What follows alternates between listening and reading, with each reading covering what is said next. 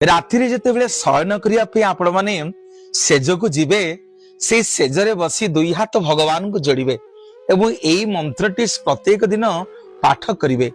ଓମ୍ ସଦା ଭବାନୀ ଡାହିନେ ଗୌରୀ ପୁତ୍ର ଗଣେଶ ପଞ୍ଚଦେବ ରକ୍ଷା କରୋ ବ୍ରହ୍ମା ବିଷ୍ଣୁ ମହେଶ।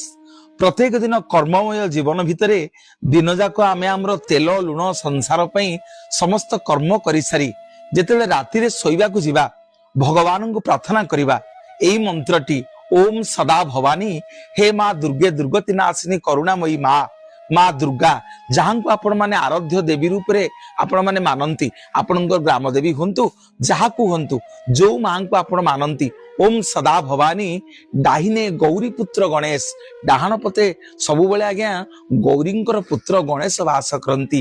ପଞ୍ଚଦେବ ରକ୍ଷା କର ବ୍ରହ୍ମା ବିଷ୍ଣୁ ମହେଶ, ବ୍ରହ୍ମା ବିଷ୍ଣୁ ଏବଂ ମହେଶ୍ୱର ଅଦୃଶ୍ୟ ଶକ୍ତି ଭାବରେ ରାତି ସାରା ଆମର ଚାରିପଟେ ବୁଲୁଥାନ୍ତି।